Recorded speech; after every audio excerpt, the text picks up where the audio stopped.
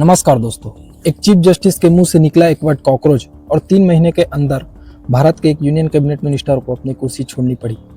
ये कोई फिल्मी कहानी नहीं है, ये पिछले 2 महीनों में दिल्ली के सड़कों पर घटित हुई एक सच्ची घटना है। एक इंजीनियर जो अपनी जंग लद्दाख में ग्लेशियर बचाने के लिए लड़ रहा था, वो जंतर मंतर पर भूख हड़ताल पर बैठ गया। एक यूएस रिटर्न स्टूडेंट ने अपने लैपटॉप से एक सटायर पार्टी बनाई और देखते ही देखते लाखों लोग सड़कों पर उतर आए। और जब डस्ट सेटल हुआ तो भारत के एजुकेशन मिनिस्टर श्री धर्मेंद्र प्रधान जी को, जो 2014 से मोदी कैबिनेट के हिस्सा थे, उन्हें रिजाइन करना पड़ा। ये सिर्फ एक मिनिस्टर के जाने की कहानी नहीं है, ये कहानी है एक पूरी जनरेशन के गुस्से की, जो सिस्टमेटिक करप्शन, अनएम्प्लॉयमेंट और एक जज के एक केयरलेस कमेंट से फट गया।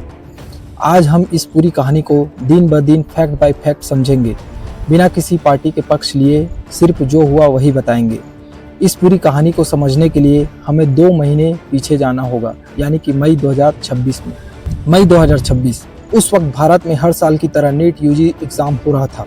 ये वही एग्जाम है जिसे 2 मिलियन से ज़्यादा स्टूडेंट हर साल देते हैं, सिर्फ 1,30,000 मेडिकल सीट्स के लिए। 3 मई 2026 को नीट यूजी कंडक्ट हुआ। कई स्टूडेंट जो 2-2 साल से कोचिंग ले रहे थे, उनके लिए ये एग्ज़ाम ज़िंदगी का सबसे बड़ा मोमेंट था। लेकिन एग्ज़ाम ख़त्म होने के सिर्फ कुछ दिन बाद ही खबर आई कि पेपर लीक हुआ है। और इस बार एलिगेशन सिर्फ स्टूडेंट लेवल चीटिंग के नहीं थे, बल्कि सिस्टमेटिक इरेगुलरिटीज़ के थे, जिसमें नेशनल टेस्टिंग एजेंसीज यानी एनटीए पर भी उंगलियां उठी।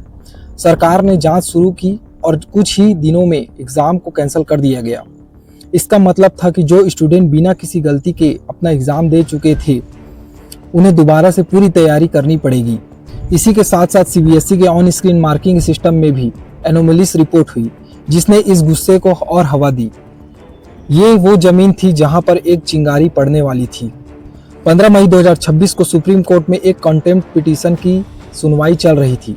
ये केस फ्रॉडलेंट प्रोफेशनल क्रेडेंशियल के इस्तेमाल से सीनियर एडवोकेट डिजिग्नेशन लेने से जुड़ा हुआ था। इस सुनवाई के दौरान भारत के चीफ जस्टिस सूर्यकांत ने एक कमेंट किया, जो अगले कुछ हफ्तों में पूरी तरह वायरल हो गया। उन्होंने कहा, और मैं यहाँ उनके शब्द एग्जैक्टली रेफरेंस कर रहा हूँ जैसे कोर्ट रिकॉर्ड में दर्ज है, कि ऐसे यंगस्टर हैं जो कॉकरोच की तरह हैं, जिन्हें एम्प्लॉयमेंट नहीं मिलता, प्रोफेशनल फील्ड में जगह नहीं मिलती, और उनमें से कुछ मीडिया बन जाते हैं, कुछ सोशल मीडिया पर एक्टिविस्ट बन जाते हैं, आरटीआई एक्टिविस्ट बन जाते हैं, और वो सबको अटैक करना शुरू कर देते हैं। Youngsters like cockroaches. They don't get any employment, they don't have any place in profession. Some of them become media, some of them become social media, some of them become RTI activists, some of become another activists, and they start attacking everyone. And you people file contempt petition because I go to, taking up the matter as if there are already parasites in society who attack you people, you attack the system, and you want to join hands with them. CJI Suryakant ने बाद में clarify किया कि उनका target वो लोग थे जो फ्रॉडुलेंट एकेडमिक क्रेडेंशियल यूज करके लीगल, मीडिया और एक्टिविज्म प्रोफेशन में घुस जाते हैं, ना कि पूरा यूथ। लेकिन जब तक ये क्लेरिफिकेशन आई, तब तक डैमेज हो चुका था। अगले दिन यानी 16 मई 2026 को 31 साल का digital communication strategist Abhijit Deepke, जो बॉस्टन यूएसए में रहते थे, उन्होंने एक्स पर एक कैजुअल सा सवाल पूछा, अगर सब कॉकरोच एक साथ आ जाए तो क्या होगा। उन्होंने एक प्लेटफॉर्म लॉन्च किया सब कॉकरोचेस के लिए। इसकी एलिजिबिलिटी क्राइटेरिया थी अनएम्प्लॉयमेंट होना, लेजी होना, क्रोनिकली ऑनलाइन होना, प्रोफेशनली रेंट करने की कैपेबिलिटी होना। ये सटायर था, जोक था, लेकिन इस जोक ने एक ऐसी नर्व छू दी जो भारत के करोड़ यूथ के अंदर पहले से दबी हुई थी। ये समझना जरूरी है कि ये रिमार्क इतना वायरल क्यों हुआ। भारत में यूथ अनएम्प्लॉयमेंट एक क्रोनिक इशूज रहा है। पीरियडिक लेबर फोर्स सर्वे के रिसेंट डाटा के मुताबिक ग्रेजुएट लेवल अनएम्प्लॉयमेंट पूरे वर्क फोर्स के एवरेज से काफ़ी ज़्यादा रहता है। जब एक जज, जो जस्टिस सिस्टम का सबसे सीनियर चेहरा है, अनएम्प्लॉयमेंट यूथ को कॉकरोच जैसा बताता है, तो वो सिर्फ एक इंसल्ट नहीं लगता, वो उन लाखों लोगों के एक्सपीरियंस को रिफ्लेक्ट करता है जो अपने आप को सिस्टम द्वारा इनविजिबल या वर्थलेस महसूस करते हैं। इसलिए जब दीपके ने ये सटायर लॉन्च किया, लोग उसे अपने गुस्सा एक्सप्रेस करने का एक जरिया समझने लगे। कॉकरोच जनता पार्टी, जिसे शॉर्ट में सीजेपी कहा जाने लगा, शुरू में एक ऑनलाइन मीम मूवमेंट थी। लोग अपने आप को ऑनरेरी कॉकरोच बुलाने लगे, मीम्स बनते गए और सोशल मीडिया पर एक पूरा सब कल्चर बन गया। लेकिन सिर्फ 3 हफ्तों के अंदर ही ये ऑनलाइन मूवमेंट एक स्ट्रीट मूवमेंट में बदल गई। 6 जून 2026 को जंतर मंतर नई दिल्ली में सीजेपी ने अपना पहला फिजिकल प्रोटेस्ट ऑर्गेनाइज किया, और इस प्रोटेस्ट में सिर्फ सीजेपी ही नहीं बल्कि established left wing student organisation भी शामिल हुई। जैसे कि ऑल इंडिया स्टूडेंट फेडरेशन यानी AISF, all India Student Association AISA और Student Federation of India SFI। ये कॉम्बिनेशन इंपॉर्टेंट है। एक सैटारिकल अपॉलिटिकल ऑनलाइन मूवमेंट जब एस्टेब्लिश स्टूडेंट पॉलिटिक्स के साथ जुड़ गया तो उसका स्केल और सीरियसनेस दोनों बढ़ गए। प्रोटेस्ट की कोर डिमांड थी union education minister Dharmendra Pradhan का resignation, NEET UG paper leak के लिए अकाउंटेबिलिटी, एग्जाम सिस्टम में सिस्टमेटिक रिफॉर्म्स। अगले कुछ हफ्ते में ये आंदोलन सिर्फ दिल्ली तक सीमित नहीं रहा। मुंबई, हैदराबाद, बेंगलुरु और अहमदाबाद जैसे शहरों में भी CJP के सपोर्टर्स सड़कों पर उतरने लगे। ये इंटरेस्टिंग था क्योंकि ट्रेडिशनली भारत में स्टूडेंट प्रोटेस्ट किसी एक सिटी या किसी एक यूनिवर्सिटी तक सीमित रह जाता है, लेकिन यहाँ सोशल मीडिया की वजह से एक Delhi centric issue national scale पर फैल गया। एक अल जजीरा रिपोर्ट में एक स्टूडेंट आयुष सिम्पी जो महाराष्ट्र के गडचिरोली ट्राइबल डिस्ट्रिक्ट से थे, उन्होंने अपनी कहानी शेयर की। उन्होंने बताया कि कैसे उन्होंने 2 साल फॉर्मल एजुकेशन छोड़कर नीट की तैयारी की थी और एग्जाम देने के सिर्फ 9 दिन बाद ही उन्हें पता चला कि पूरा एग्जाम नल एंड वॉइड कर दिया गया है। ये सिर्फ एक स्टेटिस्टिक्स नहीं था, ये लाखों फैमिलीज की मेहनत, पैसा और इमोशनल इन्वेस्टमेंट था जो रातों रात जीरो हो गया था। इसका परिणाम ये हुआ कि भारत में 20 से ज़्यादा युवा सुसाइड कर चुके थे। इसी कारण अब तक ये आंदोलन बड़ा जरूर हो चुका था, लेकिन जो चीज़ें इसे एक टर्निंग पॉइंट तक ले गई वो थी एक नाम का जुड़ जाना, सोनम वांगचुक। वांगचुक एक इंजीनियर हैं जो हिमालय में वाटर कंजर्वेशन और एजुकेशन रिफॉर्म्स के काम के लिए जाने जाते हैं। उन्हीं के काम से इंस्पायर होकर 3 इडियट जैसी फिल्म का एक कैरेक्टर बनाया गया था। 28 जून 2026 को वांगचुक ने CJP के आंदोलन के साथ सॉलिडरिटी में जंतर मंतर पर एक इंडेफिनाइट हंगर स्ट्राइक शुरू कर दी। उन्होंने खुद को ऑनररी कॉकरोच कहा और प्रोटेस्ट साइट पर पीसफुली बैठे रहे। उनका फास्ट धीरे धीरे आंदोलन का सिंबॉलिक सेंटर बन गया। जैसे जैसे दिन बढ़ते गए उनकी हेल्थ डिटोरिएट होने लगी, लेकिन उन्होंने अपना फास्ट जारी रखा। उनके फास्ट के 20 दिन तक आंदोलन ऑलरेडी नेशनल हेडलाइन बन चुका था। यहाँ पर एक इम्पॉर्टेंट चीज समझनी चाहिए, वांगचुक पहली बार प्रोटेस्ट नहीं कर रहे थे, लेकिन इस बार उन्होंने अपनी पर्सनल क्रेडिबिलिटी को एक purely student lead education reform focused आंदोलन के साथ जोड़ दिया। इससे आंदोलन को एक मॉरल सीरियसनेस मिली जो सिर्फ ऑनलाइन सटायर से नहीं मिल सकती थी। 18-19 जुलाई 2026 को जब वांगचुक अपने फास्ट के 20वें दिन पर पहुंचे, उनकी हेल्थ इतनी बिगड़ गई कि दिल्ली पुलिस ने उन्हें फोर्सिबली हॉस्पिटल ले जाने का फैसला लिया। ये ऑपरेशन अर्ली मॉर्निंग हुआ।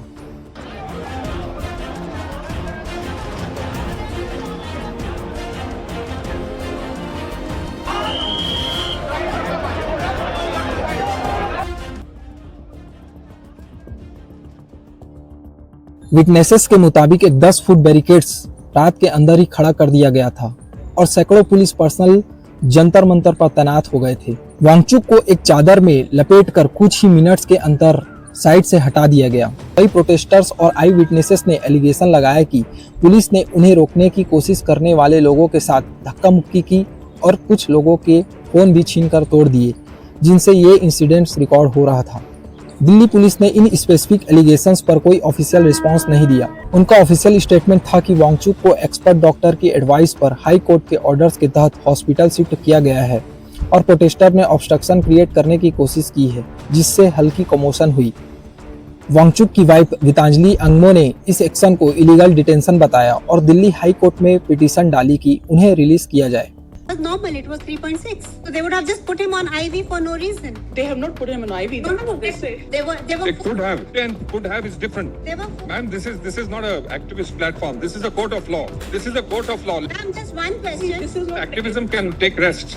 Second question. This is a court of law. And if it was life-threatening 2.9, what made them delay it for 10 hours before they gave a sample? They should have immediately allowed me to get a second opinion. If they're so indeed, wanting his health to be okay and concerned about it, Then please cooperate. Please cooperate, madam. hours to give the sample, and that broke our trust. And therefore, we would like to go where we are comfortable. Please cooperate. Don't be obdurate. They know their responsibility more than anybody.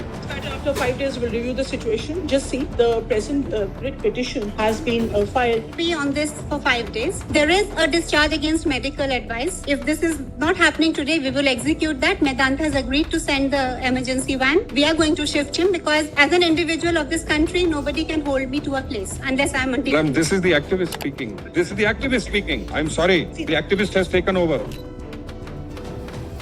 लेकिन Delhi high court ने यह petition reject कर दी। जज ने कहा कि doctor सिर्फ वांगचुक की कंसेंट से ओरल फ्लूइड्स और सप्लीमेंट्स दे रहे हैं और उनकी बॉडली ऑटोनॉमी वायलेट नहीं हो रही है।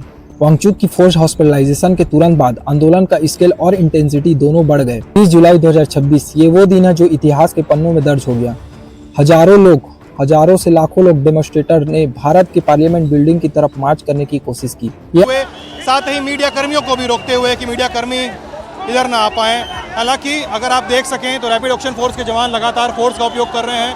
उनके पैर की पोजीशनिंग देखिए, जो लगता है कि पैर के प्रयोग से वो लोगों को आगे बढ़ने से रोकना चाह रहे हैं। आंदोलन का सबसे बड़ा और सबसे कॉन्फ्रंटेशनल मूवमेंट था। पुलिस ने मार्च को रोकने के लिए लाठीचार्ज किया। ये रैपिड एक्शन फोर्स ने लाठीचार्ज मारा, 2 घंटे मारे। सर मीडिया को रोका क्यों जा रहा है? सर यहाँ पे मीडिया को नहीं रोका जा रहा है, नहीं लगातार भगाया जा रहा है। देखिए रैपिड एक्शन फोर्स ने लाठीचार्ज,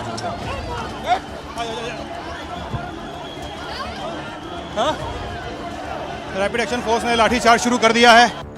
पूरे देश ने देखा कि कैसे दिल्ली पुलिस ने हमारे स्टूडेंट पर लाठीचार्ज किया और आंसू गैस के गोले भी फेंके, जिनसे बहुत से स्टूडेंट्स के किसी के सर फट गए, तो किसी के हाथ पे चोट आई, किसी के पैर में चोट आई, तो कुछ लोग गंभीर हालात में भी थे। एनपीआर की रिपोर्टिंग के मुताबिक ये आंदोलन के सबसे बड़े कन्फ्रंटेशंस में से एक था। एक प्रोटेस्टर्स ने कहा, चलो आपके ऑपरेशंस की लिमिट टेस्ट करते हैं। ये स्टेटमेंट इस बात का सिग्नल था कि अब आंदोलन डिफाइंट मोड में आ चुका था। इसी दिन सरकार की तरफ से पहली बार कोई ऑफिशियल आउटरीच हुई। हेल्थ मिनिस्टर जेपी नड्डा ने सीजेपी के रिप्रेजेंटेटिव से अपनी रेसिडेंस पर मुलाकात की। ये मीटिंग सिर्फ 10 मिनट की थी। सीजेपी स्पोक्स पर्सन सौरभ दास और आशुतोष रांका के मुताबिक मिनिस्टर ने मूवमेंट की डिमांड्स पर डिस्कस करने के लिए और समय मांगा। उस वक्त तक एजुकेशन मिनिस्टर धर्मेंद्र प्रधान ने रिजाइन करने से साफ इनकार कर दिया था। आंदोलन का ज्योग्राफिकल स्केल भी इस वक्त तक डजन से ज्यादा सिटीज तक फैल चुका था। ये सिर्फ दिल्ली का मुद्दा नहीं रहा था, ये एक पैन इंडिया यूथ मूवमेंट बन चुका था जो unemployment, rising cost of living और इंस्टीट्यूशनल अकाउंटेबिलिटी जैसे डीपर इश्यूज को एड्रेस कर रहा था। आंदोलन शुरू होने के 36 दिन बाद यानी 25 जुलाई 2026 सैटरडे को यूनियन मिनिस्टर जेपी नड्डा और जितेंद्र सिंह ने सीजेपी रिप्रेजेंटेटिव्स के साथ तीसरा राउंड ऑफ टॉक्स किया। लेकिन इस तीसरे राउंड की शेड्यूल मीटिंग से थोड़ा पहले ही धर्मेंद्र प्रधान ने अपना resignation letter prime minister Narendra Modi को भेज दिया और इसे एक्स पर अनाउंस कर दिया। अपने रेजिग्नेशन लेटर में प्रधान ने लिखा कि उन्होंने 4 दशक से ज्यादा अपना समय स्टूडेंट, टीचर्स और एजुकेशन रिफॉर्म्स के लिए दिया है। उनका ये फन बिलीफ रहा है कि एक स्ट्रॉन्ग, इंक्लूसिव और विजनरी एजुकेशन सिस्टम ही एक पावरफुल नेशन की बुनियाद है। उन्होंने लिखा कि ये डिसीजन उन्होंने स्टूडेंट्स के लार्जर इंटरेस्ट में लिया है ताकि यूथ कंफ्यूजन के जाल में ना फंसे। उन्होंने प्राइम मिनिस्टर नरेंद्र मोदी का भी शुक्रिया अदा किया उनके लीडरशिप में सर्व करने का मौका देने के लिए। रेजिग्नेशन के तुरंत बाद सेलिब्रेशन शुरू हो गई। जंतर मंतर पर जश्न का माहौल था।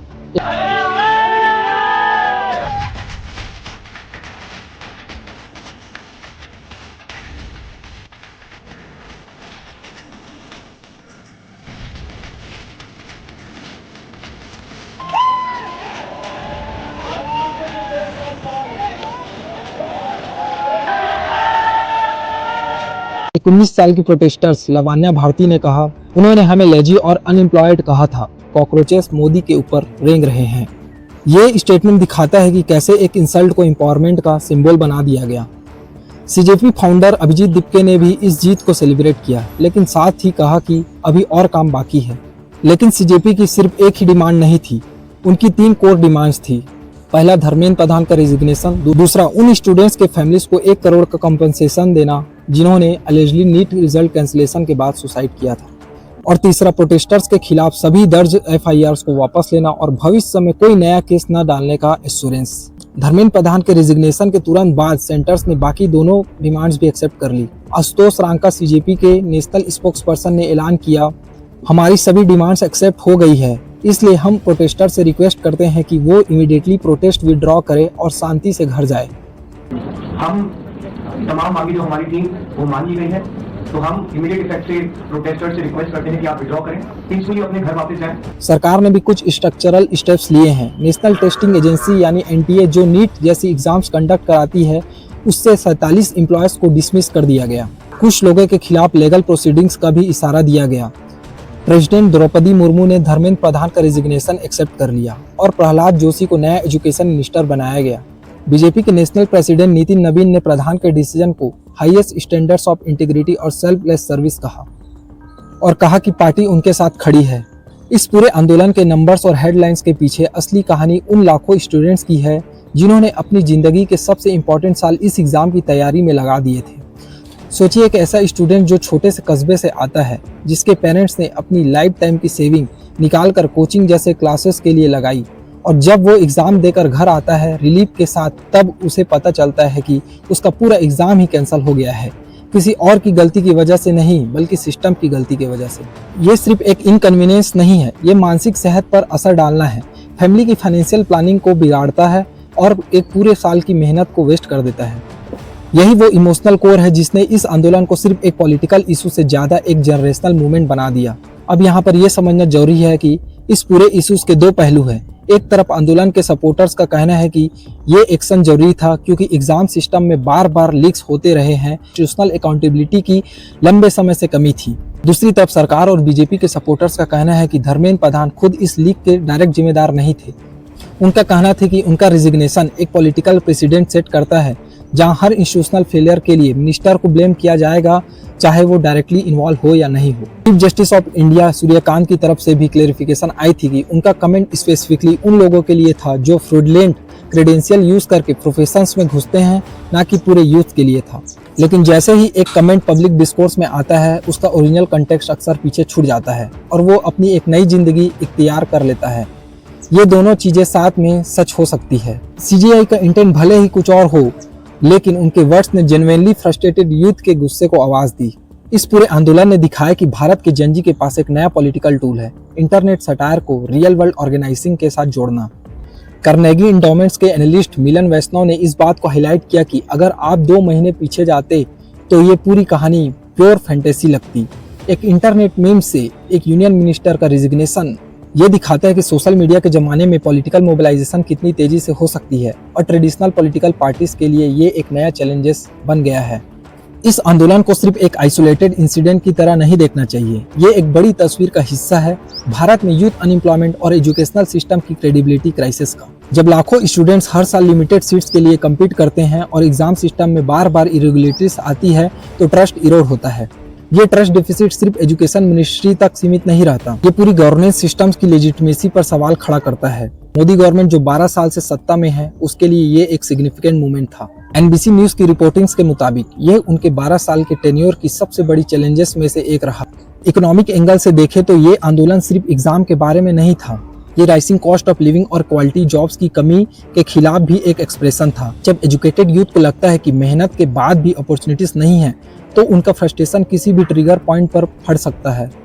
इस बार वो ट्रिगर पॉइंट था एक जज का कमेंट। तो दोस्तों, अगर हम पूरी कहानी को समेटे तो ये निकलता है एक चीफ जस्टिस का कैजुअल कमेंट जो उन्होंने किसी और कॉन्टेक्स्ट में दिया था, वो गलत समय पर आया जब नीट पेपर्स लीक का गुस्सा पहले से ही उबल रहा था। एक यूएस रिटर्न स्टूडेंट ने इस गुस्से को एक सटायर मूवमेंट में बदला जो देखते ही देखते एक नेशनल आंदोलन बन गया। सोनम वांगचुक जैसे क्रेडिबल फिगर के जुड़ने से आंदोलन को मोरल वेट मिला। उनकी फोर्स्ड हॉस्पिटलाइजेशन ने इसे सिविल लिबर्टीज का इशू बना दिया। आखिर में 36 दिन के सस्टेंस प्रेशर के बाद सरकार को झुकना पड़ा। एजुकेशन मिनिस्टर का रिजिग्नेशन, कंपनसेशन और लीगल रिलीफ तीनों डिमांड्स पूरी हुई। लेकिन ये कहानी यही खत्म नहीं होती, ये दिखाती है कि भारत का जनजी अब ट्रेडिशनल पॉलिटिकल स्ट्रक्चर से बाहर निकलकर अपने खुद के तरीके से अकाउंटेबिलिटी मांग रहा है। वो तरीके काफी इफेक्टिव साबित हुआ। सवाल ये है, क्या ये एक सिर्फ एक वन टाइम जीत थी या फिर ये एक नए तरह की यूथ एक्टिविज्म की शुरुआत है जो आने वाले सालों में भारत की पॉलिटिक्स को शेप करेगा। ये सोच कर देखिए। अगर आपको ये वीडियो पसंद आया और आप ऐसी ही डीप रिसर्च बेस्ड एनालिसिस देखना चाहते हैं तो चैनल को सब्सक्राइब जरूर करें।